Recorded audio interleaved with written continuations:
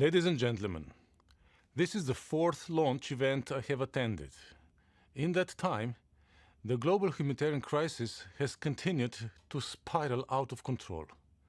This situation demands action, and strong, effective action requires reliable data. That is why this report is so important. And this 8th edition reasserts its essential role as an established global reference point. I thank the team behind this document, including EU Joint Research Centre, for their valuable work. The message of this year's report is more harrowing than ever before. Despite the best efforts of the global humanitarian community, last year's record levels of acute food insecurity have only grown more severe. We witness this terrible reality in emergencies such as in Sudan, which risks large-scale famine that could kill over 600 children every day, and in Gaza, where over 200,000 people in the northern area currently face starvation. I take this opportunity to once again call for an immediate ceasefire and unobstructed humanitarian access in both conflicts. Meanwhile, hunger in protracted crisis situations in Haiti, Syria, Yemen, and elsewhere continue to deepen suffering. But there is hope. Armed with the content of this report, we know how we can reverse this devastating trend. Let me outline 3 goals we must work towards to achieve this. First, we need more funding.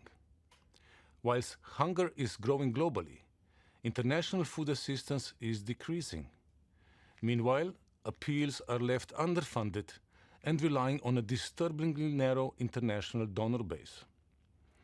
The European Union remains committed to supporting the most vulnerable wherever they are.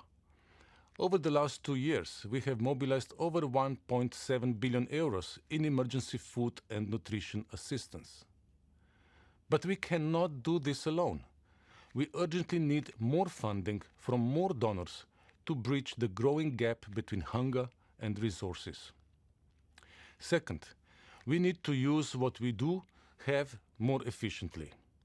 This means improving targeting to more accurately reach those people who need aid, increasing use of cash transfers to reduce transaction costs and give people the dignity of choice, and promoting early warning systems and anticipatory action to act ahead of crisis and reduce stress on resources. But short-term aid alone is not enough to reverse this trend. This leads to my third point. We need more joined-up action. To address food crisis sustainably, humanitarian support must be matched with development and peace efforts, addressing root causes and building resilience.